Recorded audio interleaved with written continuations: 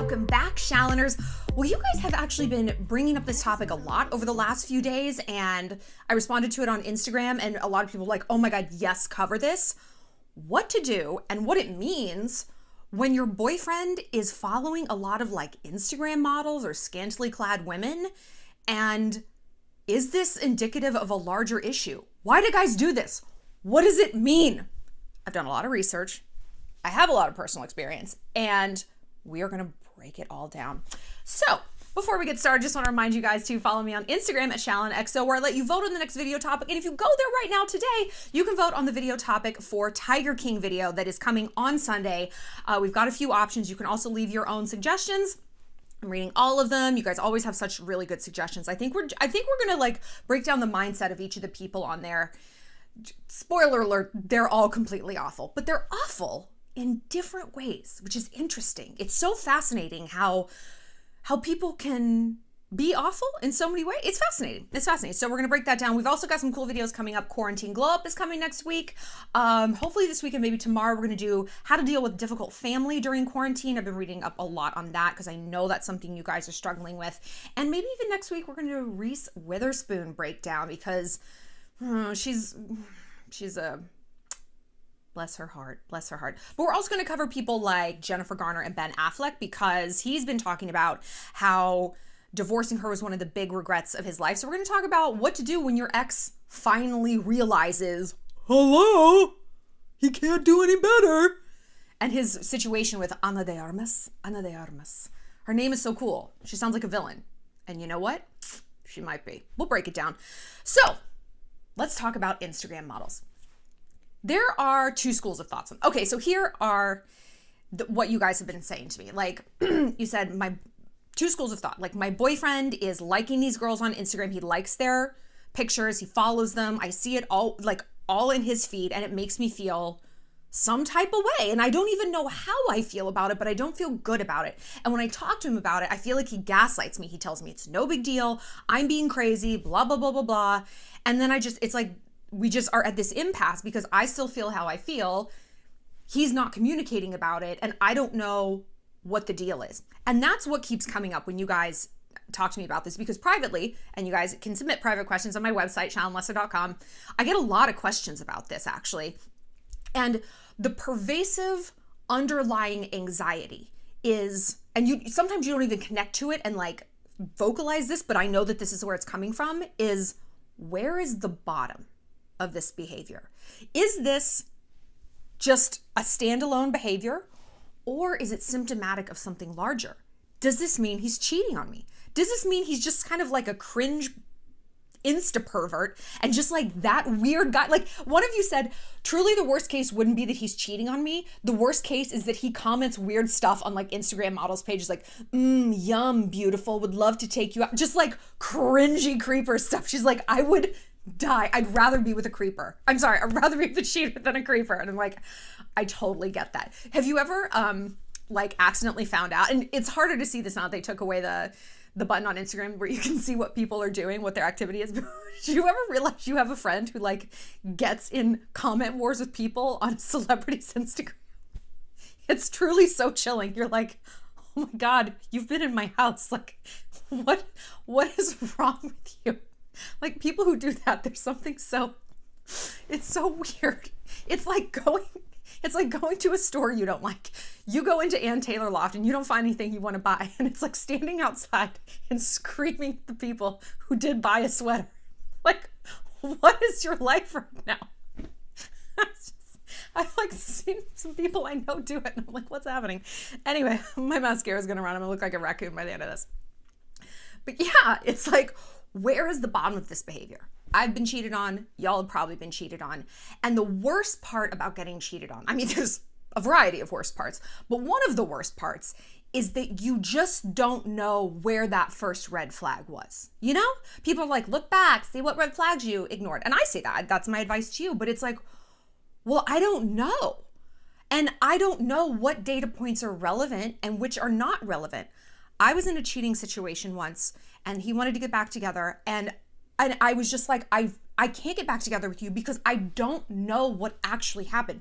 You know, she knows. I will never know. And that's torturous to me. And I literally had this thought, oh, well, my friend works for the NYPD. I can hire someone to polygraph him. I'll just polygraph him.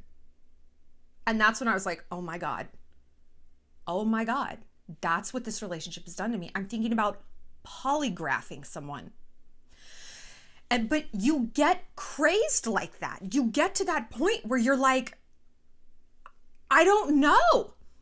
So it's easy to look at these Instagram models and have the same thought. And when we talk Instagram models, let's pick somebody who we can just like focus on. How about Sommer Ray?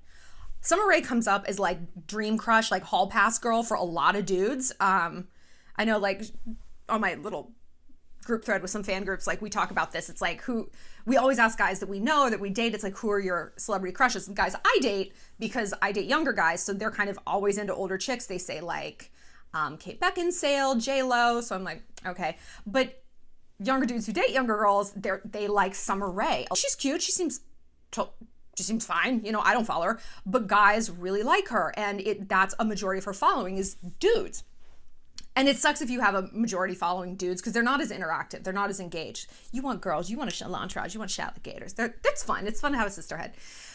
Like, who needs a bunch of men? Anyway.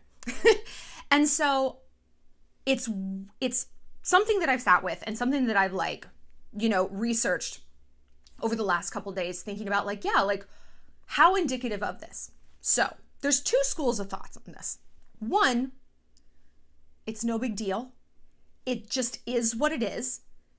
It's compartmentalized. And number two, obviously the second school of thought is this is a fucking red flag. This is a red flag. So let's focus on the good first. I want you to think about what you do in 3 different times. When you're bored, when you're in pain, when you're horny, okay?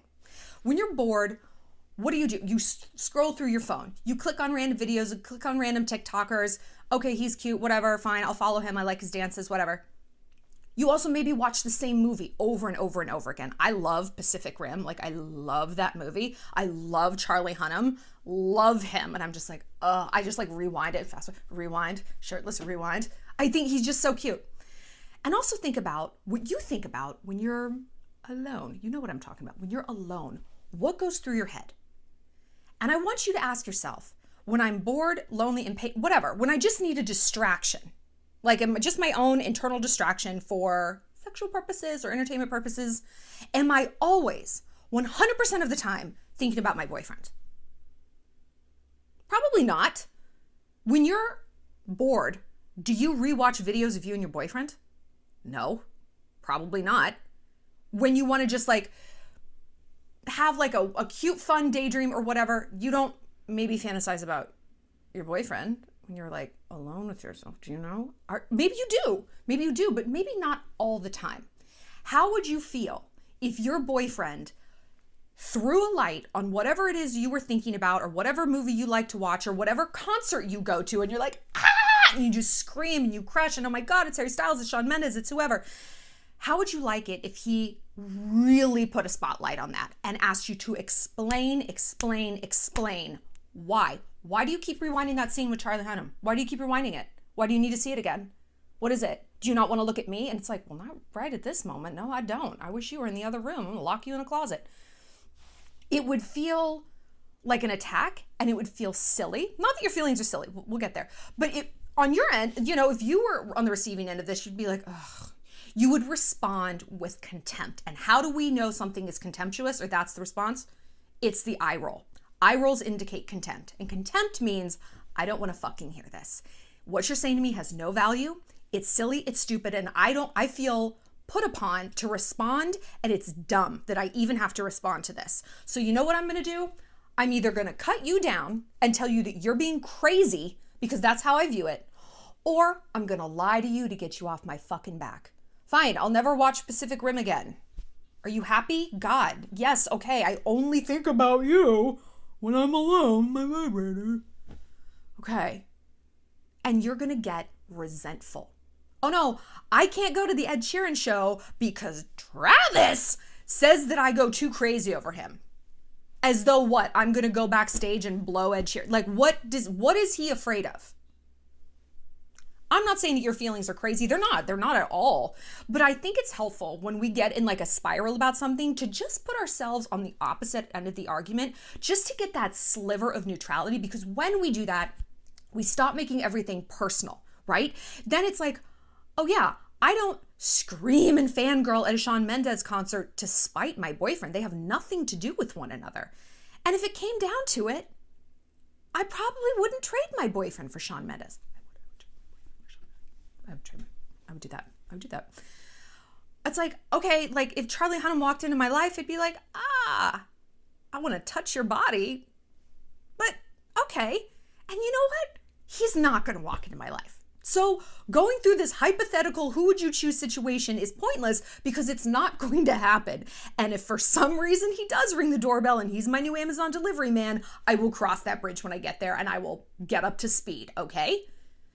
So when we can get a little bit of objectivity, maybe we can look at what our boyfriends are doing and be like, okay, all right, fine. No, he's not realistically going to leave me for Summer Rae. Healthy people don't do that. Healthy people don't disengage from an IRL relationship to a fantasy relationship online. They don't do that. I mean, people do it, but they're not healthy people, right? And therefore, we can look at that behavior and be like, okay, well, that has nothing to do with me. We are not the creators of someone else's mental health. We are not the creators of someone else's healthy coping mechanisms or behaviors or delusions. We can't live like that and we can't put that on ourselves. I'm going to go back to the talking dog example I give all the time. You can ask a dog a question. You can ask him any question in the world, the most delighted question, in any tone of voice you want. He's never going to answer you because he can't. He just can't. He's just maxed out. He's stomping his paws, and that's it. And you don't take that personally. You don't think, oh, God, if I was a better person, the dog would be talking.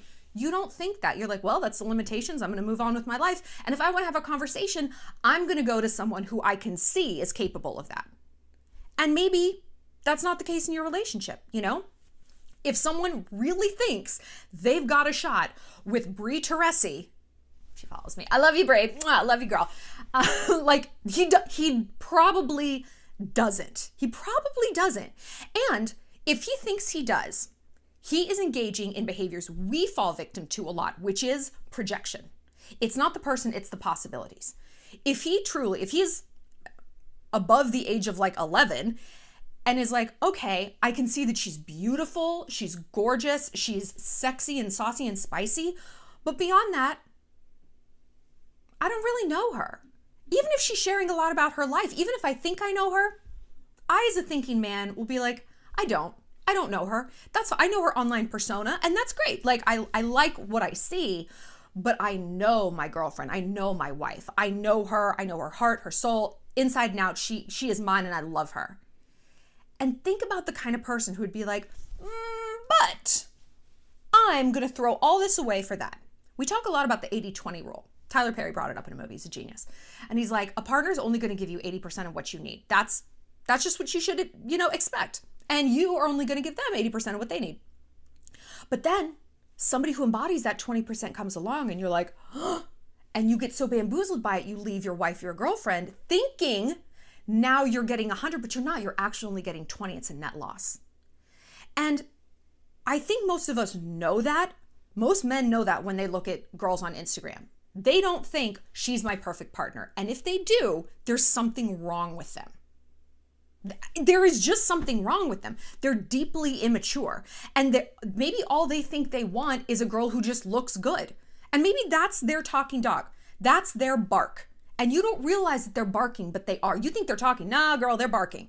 Because they just want someone who's like beautiful and big boobs and a great perky butt. And it's like, okay.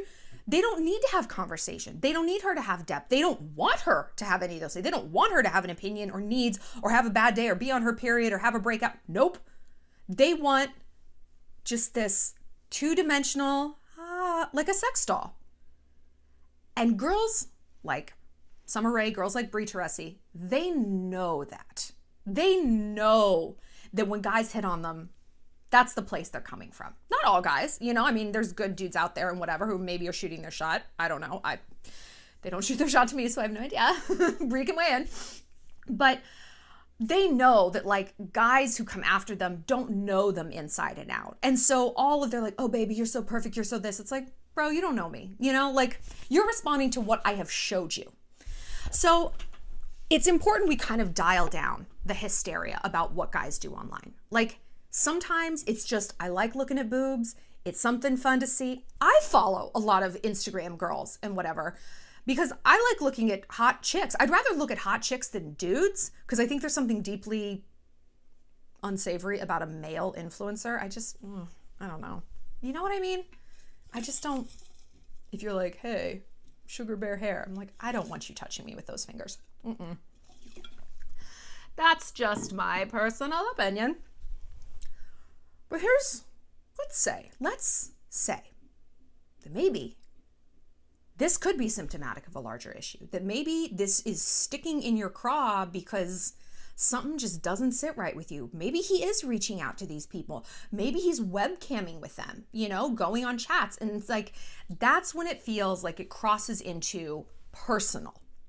And studies have shown that women are more elastic about a physical cheat, like a guy who just has an affair, like gets drunk, sleeps with a girl, and are extremely inelastic about an emotional affair that might not even include cheating. You know, you guys message me all the time about he's got these female friends. I was like, oh girl, I get it. They're fucking, no, just I'd go bananas, of course. You know, but we can get over it more if it's like, he went to a strip club, he got some oiled up titties in his face and probably a hand job. We don't like it, but we can get our head around it. Men are actually the opposite. Men are the opposite. They're more elastic about an emotional affair than a physical affair. A physical affair is like a deal breaker. Like you hear all the time, girls take back cheating men. You very rarely hear about men taking back cheating women. Why? It goes back to our caveman brain, to our evolutionary self, because then a man is not sure if his children are his. And going forward, he cannot ever be sure that his children are going to be his. Isn't that interesting? It pings up a lot of like very deep things for them, you know? And so you would think men would be more judicious and aware of their own physical indiscretions, but they're not. They're not. So they can be dumb sometimes. You know, we love them, but they're not perfect creatures, but we're stuck with them. So what are we gonna do? So if you think this might be indicative of like, hey, this is a larger thing and this is pathological, ask yourself this one question. If I took all this away, if Instagram didn't exist, if the internet didn't exist, if he never engaged in this behavior again, would our relationship be perfect? Maybe. If the answer is yes, it would be just about close to perfect, and I would not have these stressors in my mind. Truly, I wouldn't. I have sat and I've thought, and no, there's no other red flags. There's no other ways that behavior and that feeling that it gives me manifests in other areas of our life. But if the answer is no, we wouldn't be perfect. We wouldn't be perfect. That's what you got to address. That's what you've got to address, right? You have to get down to that and ask yourself like, okay, what is this? What is this? Does he chronically pull away from me? Does he compare me? Because this gets to the root of it. It's the comparison. Women are taught to compare ourselves to everyone and everything. And I mean thing because now there's fucking sex robots. Great. Perfect. And to have that in our home, our emotional soft place to fall, our boyfriend, our partner, bringing that fight to us, like importing it into our lives, if that is not an act of war, what is? That's how it feels to me when it's happened. When I had people who compared me, I was like, do you not think I get feedback all motherfucking day long on the internet? What do you think my life is like? And this was before I even did this job. It's like just me being a woman on the internet, just me posting a picture on Instagram and then seeing someone else post a different picture and they look thinner and blah, blah, blah. It's like, I don't need you to pile on to this. And that's how it feels. We look at these Instagram models and we think, oh my God, I can't keep up with them. Like they're so pretty, they're so this. And then what we do is we get into that leveling. Leveling is where we either puff ourselves up or we cut someone else down to feel better about ourselves. And usually in this situation, we cut these other women down. They're probably a slut. She's a drug addict. She's bulimic, blah, blah, blah, blah, blah. I mean, some of them probably are. I don't know, man. I'm not taking surveys. But maybe they're not. And it doesn't matter because they actually aren't the problem. If you think that this truly is a problem in your relationship, they're not the problem. The porn isn't the problem. The webcam girls aren't the problem. Your man is the problem. Your man is the problem. And I know. I didn't want to think that either. Because that meant, holy shit, do I have to clean house? I got to make some real hard choices. Choices with consequences, choices with logistical implications, choices that are going to upend my life as I know it. And as overall, I like it. I don't want to just pull the plug on my relationship. I would rather say that girl's a fucking slut and she facetunes everything. Even if that's true, even if she's a hoe and a half. It takes two to tango. But here's the thing to remember about comparison. Who is making that comparison? It might just be you. You might be the only one drawing a conclusion about you and Brie Teresi and being like, I can't compete with her, and my boyfriend must like her better, and whatever.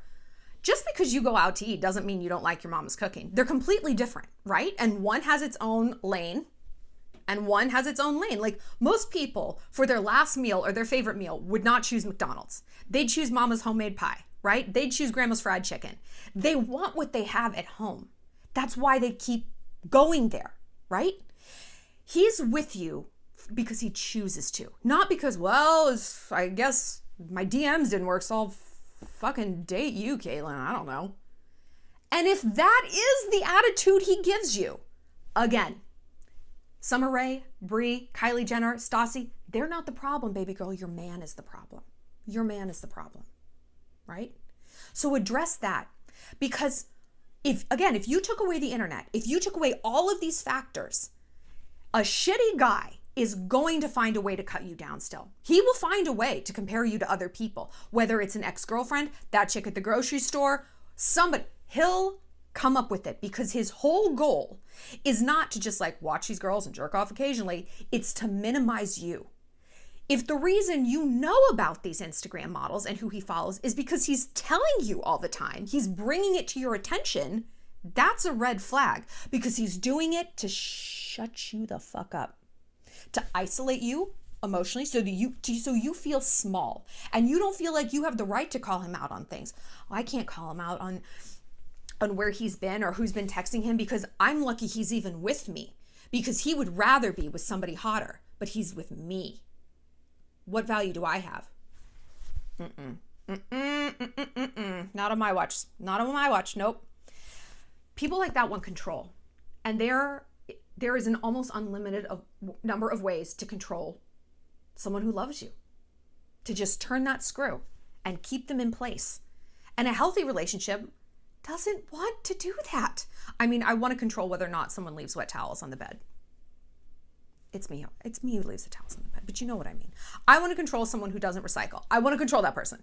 You put the LaCroix cans in the recycling bin. You don't just throw them away. But overall, no, I don't want to be someone's emotional parole officer, their jailer. I want to be their partner. And if maybe you pull back and you're like, I can't confidently say that. I promise you, if he's doing this egregiously in one category, he's doing it in others, girl. You just got to look for it. You have to pull back and be like, where else does he make me feel inadequate? When I tell him a story about a hard day at work, does he automatically take my coworker's side or just play devil's advocate until I'm so spun up I'm almost in tears? Does he bring friends around me who I've told him I don't like that guy? He's creepy, he's disrespectful, he smokes in my house, whatever it is.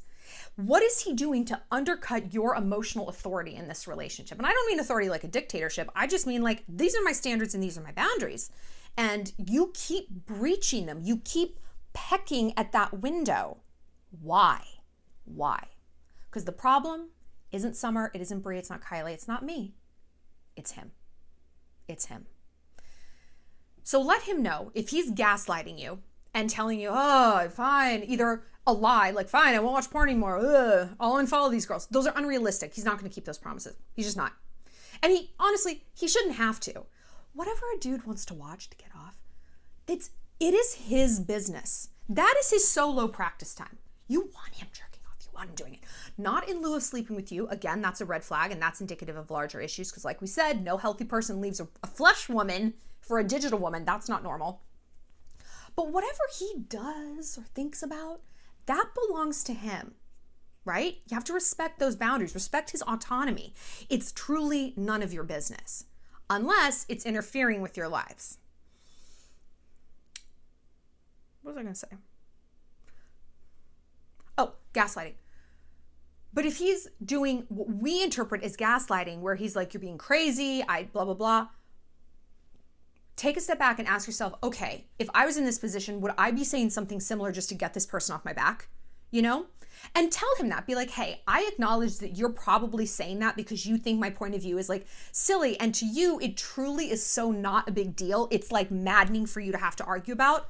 Okay, I get that. But here's actually what it's kicking up for me. Here's why this is upsetting to me, because you say you still stay in touch with your ex-girlfriend and she's in your DMs and she wants to see you. So I see all these other women that you're following and I don't know what your communication is with them because of this issue with your ex. And if you resolved that, if I had faith that you had healthy boundaries between you and I so that your ex was not a factor, I would feel more comfortable with you interacting with people online, right? But I don't. I view you as having a lack of boundaries and therefore lack of respect for me. And in my mind, you can see how that leads to a slippery slope of this dude's cheating on me. Lay it the fuck out for him so that you don't look crazy. And if you lay out these very logical points, I mean, who could shit on the argument I just laid out? It's emotional, it's logical, it's neutral, it's something anyone could identify with. But if he doesn't, if then he's like, you're being crazy, I don't want to talk about it. That's key. That, to me, that's a deal breaker. I might not like what my partner has to say, but if he won't say it at all, that's a deal breaker. I've been in that relationship. I've been in that relationship where someone iced me out and shut down, and it was truly torturous. Like, it should be outlawed by the Geneva Convention. It's awful. I'm a talker, I'm a communicator, and you know that going in, right? And I view people who withhold communication about issues that hurt me, I view it as cruel. I view it as purposeful, right? And I can move past accidental hurt. I can move past ignorance, even stupidity. I cannot move past cruelty. And truly, not talking with a woman about something that she's coming to you and saying, this hurts me because blah, blah, blah, it relates to a larger issue that I believe you have direct control over. If he continues to do that, how can we say he is not being deliberately cruel? And if the enemy is inside the walls, again, like we said earlier, how on earth is that better than being single? I would rather be alone and at peace and not be importing the bullshit, not be importing any stressors. You guys watch his channel and you know, I'm a hothead and I always say I'm a bellicose person, and I am with you guys, for you guys and for your issues. But like in my personal life, I hate to fight with my partners. I hate it and I don't do it. And they don't kind of expect that. They think I'm going to be like, rah. And I'm like, look, I fight the whole world every day. I don't want to fight you. You're on my team. Why would I fight my teammate? Unless you're not my teammate. Unless you're part of the fight too. And I don't like traitors. I don't like moles. I don't like spies. I don't like an enemy in my midst. That gets routed out real quick. So step back and look at truly what's going on. If this is outlier behavior, or if this is just can be reframed as similar to maybe what you do in your personal private time, your personal cognition, in sort of a different way. You're probably not following a bunch of like Instagram dudes. Maybe you're following a bunch of TikTok dudes or like Snapchat bros or whatever, or just like you have a Pinterest board with like hot guy. Who cares? You would not swap that life for the partner that you have. And if you would, something to address. So I want to know your experience with this. I want to know if you guys have,